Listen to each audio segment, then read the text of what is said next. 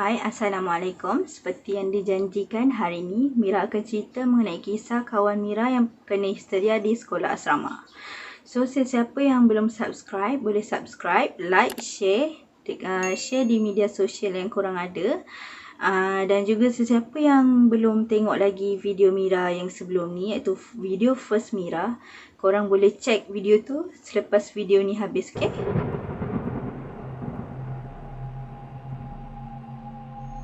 Kisah ni bermula sewaktu Mira tingkatan 5 di sebuah sekolah asrama. Mira ada seorang kawan iaitu Nurul. Nurul ni dia telah menyertai pertandingan bola jaring. So pada hari tersebut dia diberi green light oleh warden untuk rehat dekat bilik tanpa pergi ke prep. Prep kita orang ni start daripada pukul 8 malam sampai pukul 10 malam. Masa dia berseorangan dalam bilik dom, dia ada terdengar seperti suara perempuan merintih dekat hujung sudut asrama, di belakang lorong asrama. Seperti ada orang merintih dan seperti ada orang panggil nama dia.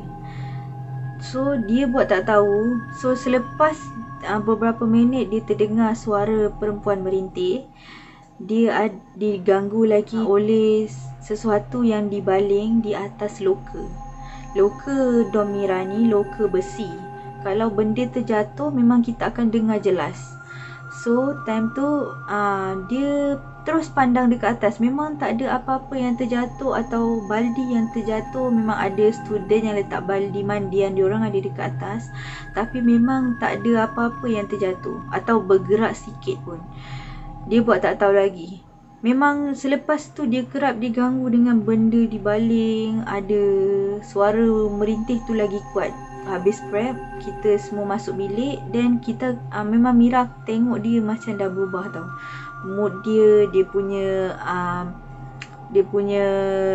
perangai dia macam senyap aja tau. Pada malam yang dia kena tu, pagi tu pukul 4 pagi Mira terjaga tau untuk mandi. Mira memang akan mandi pukul 4 pagi. So 4 pagi tu Mira bangun, terus keluar. Dom Mira ni hujung sekali dan bilik air Mira hujung sebelah kanan. Kita akan melintas 2 dom lagi tau. Dekat lorong hadapan tu memang kita akan tutup lampu sebab student masih tidur lagi kan. So memang masa Mira lalu tu Mira memang rasa ada benda perhati daripada belakang tau. Mira buat tak tahulah. Mira jalan perlahan. Memang Mira tak lari time tu. Mira jalan masuk bilik air. Dalam bilik air hanya 5 bilik saja yang berfungsi. Bilik air yang Mira selalu pergi bilik air yang belah hujung sekali. Bilik air tu memang dekat dengan lorong belakang asrama. Masa Mira tengah mandi, Mira dengar ada orang macam berdehem ataupun bercakap tau. Lepas tu Mira buat tak tahu. Mira lepas mandi tu ada air menitis tau. Air sinki menitis. Bila Mira buka je pintu, selesai tu Mira buka pintu, bunyi air tu memang dah tak ada dah. So masa tu Mira dah start memang dalam hati memang nak lari tau. Tapi kita fikir kalau kita lari takut benda tu kejar. Mira keluar perlahan lalu singgih yang berbunyi tu. Kita keluar, tak pandang cermin tau. Kita tak pandang pun dekat singgih tu. So kita terus keluar. Mira terus keluar. Mira terus jalan perlahan-lahan. Dan masa Mira nak masuk dekat bilik, Mira ada terperasan benda putih bertinggik dekat tembok. Okey, sebelah dom Mira ada tembok tinggi yang memisahkan antara asrama dengan sekolah. Mira nampak ada benda bertinggik dekat atas tu. Tak tahulah perasaan Mira ke apa tu. So Mira terus masuk bilik, Mira baring. Memang Mira tak boleh lelap langsung masa tu. Sampai ke pagi, sampai ke subuh dan sampai ke pagi tu Mira keluar dulu. Orang pertama yang keluar dom. Mira tengok dekat tembok tu memang tak ada apa yang tersidai, baju ataupun mop. Memang tak ada. So Mira macam memang dah start tak sedap hati. Memang benda ni memang dah menjadi-jadi. Gangguan dia memang dah menjadi-jadi. Selesai sesi persekolahan hari tu hari Jumaat. Hari Jumaat memang kita tak balik tau. Minggu tu kita memang tak balik sebab 2 minggu sekali baru kita balik. Memang kena time tu memang tak balik. So masa lepas makan petang, Mira memang dah tak sedar hati tu, dah rasa-rasa tak sedar hati macam dah membuak-buak tau. 5 ke 6 orang pelajar Mira ajak pergi ke bilik warden untuk bercerita lah. Mira pergi bilik warden dan Mira cerita dekat warden semua.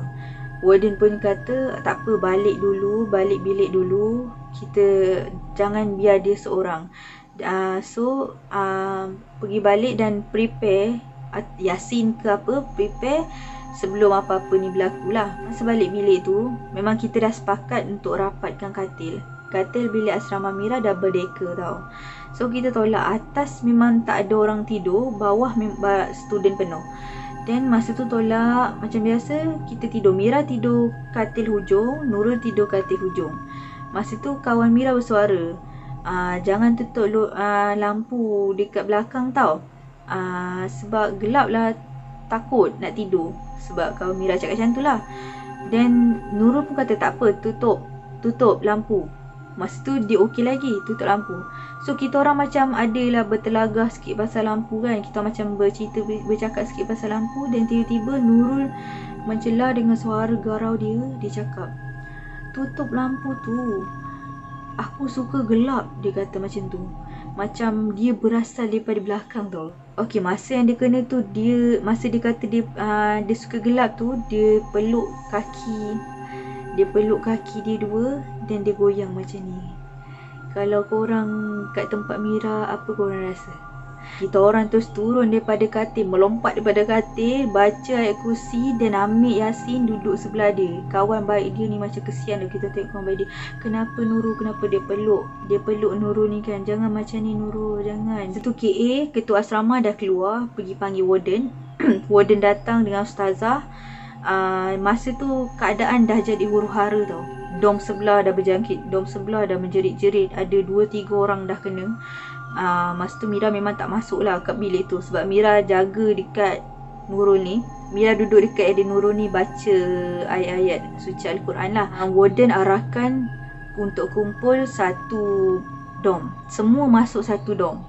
Masa tu tinggal yang dirawat dan yang membantu ustazah saja pergi dekat bilik sebelah tu, bantu ustazah lah. Tuan baca Yasin. Yang siapa yang tak baca Yasin, kita letak tengah. Mira dengan kawan-kawan Mira ni baca Yasin dekat Nurul. Bacakan dekat dia tutup telinga, dia cakap panas, aku tak suka, dia cakap macam tu. Ronta-ronta sampai 4 ke 5 orang pelajar pegang dia. Selesai ustazah rawat yang sebelah, dom sebelah, ustazah datang kat dom kita orang. Memang lama ustazah rawat dia. Ustazah tanya dia, dia daripada mana, tapi macam lebih kurang macam tu lah ustazah berkomunikasi dengan dia. Then ustazah cakap, ustazah suruh dia pergi, jangan kacau kita orang semua. Dan lepas tu dia bersetuju lah, dia keluar daripada kawan Mira. Lepas tu dia diberi kebenaran untuk pulang tau. Masa dia dijemput oleh family dia dan beberapa kawan-kawan yang lain yang kena tu, memang family dipanggil lah untuk bawa pulang. Waktu dia pulang tu, memang Mira ada perasan. Memang Mira ni tengok dia tau, memang ada benda je tak kena dengan dia ni. Mira perasan dia macam ajak sesuatu dari bawah katil dia. Mira tak pastilah kawan dia ke ataupun dia panggil apa-apa kaum dia kan. Dia ajak dia ikut balik rumah. Dia siap lambai kita orang kot. Masa dia keluar pagar tu, dia siap lambai kita orang. So masa tu sampai ke pagi kita orang memang tak tidur sampai ke subuh. Kita orang baca Yasin. Siapa yang tak boleh tidur tu baca Yasin lah. Siapa yang tidur macam biasa sebab besoknya memang cuti. Lepas habis tu, hari Isnin tu, Mira jumpa kawan dia cakap memang dia kena lagi sekali dekat rumah. Mira rasa memang ada benda ikut dia balik, dia ajak.